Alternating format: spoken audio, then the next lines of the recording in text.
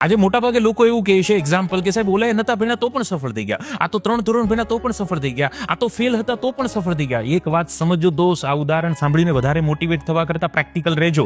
પહેલાના સમયમાં ન ભણવું એ મજબૂરી હતી અને આજના સમયમાં ન ભણવું એ ચોઇસ થઈ ગઈ છે. મજબૂરીમાં લીધેલો નિર્ણય કદાચ સફળતા અપાવી શકે, પણ ચોઇસથી નહીં ભણો તો નહીં ચાલે. કારણ સાથે તમને વાત કરું, કેમ કે આજે એટલી કોમ્પિટિશન વધી ગઈ છે.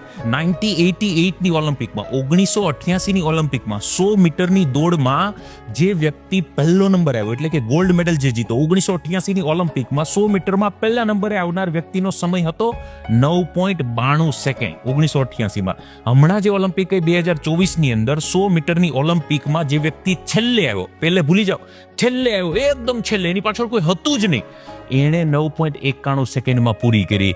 એટલે કે 9.92માં 1988માં ગોલ્ડ આવતો, અત્યારે 9.91માં છેલ્લે આવ્યો છે.